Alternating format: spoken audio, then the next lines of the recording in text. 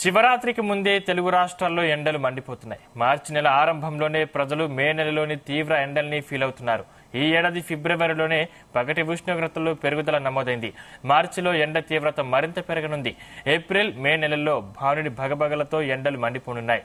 దీంతో పాటు ఈ వేసవిలో వడగాల్పుల ప్రభావం అధికంగా ఉంటుందని వాతావరణ శాఖ అంచనా వేసింది. ఎల్నినో ప్రభావంతో మార్చి, ఏప్రిల్, మే నెలల్లో ఎండలు మండిపోతాయని, వడగాల్పులు కూడా తీవ్ర ప్రభావం చూపే అవకాశం ఉందని హెచ్చరించింది. ప్రజలు తగిన జాగ్రత్తలు తీసుకోవాలని సూచించింది.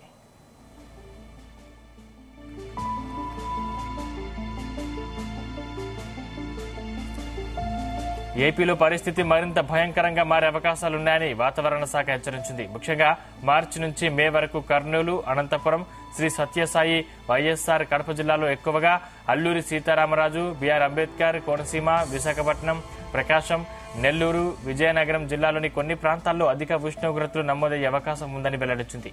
ఎండలతో పాటు క్యుములోనింబస్ మేఘాల వల్ల ఆకస్మికంగా భారీ వర్షాలు, పిడుగులు పడే అవకాశం ఉన్నందున అప్రమత్తంగా ఉండాలని కోరింది.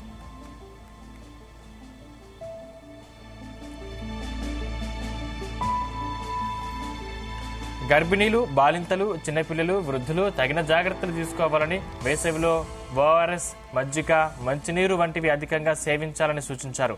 రాష్ట్ర విపత్తు నిర్వహణ సంస్థలోని స్టేట్ ఎమర్జెన్సీ ఆపరేషన్ సెంటర్ నుంచి రియల్ టైంలో ముందుగానే ఉష్ణోగ్రతలు, వడగాల్పులు తీవ్రతపై సూచనలు జారీ చేస్తామన్నారు. ఎండలు, వడగాల్పుల తీవ్రత ఎక్కువగా ఉండే జిల్లాలపై అధికారులు దృష్టి సారించాలని స్పష్టం చేశారు.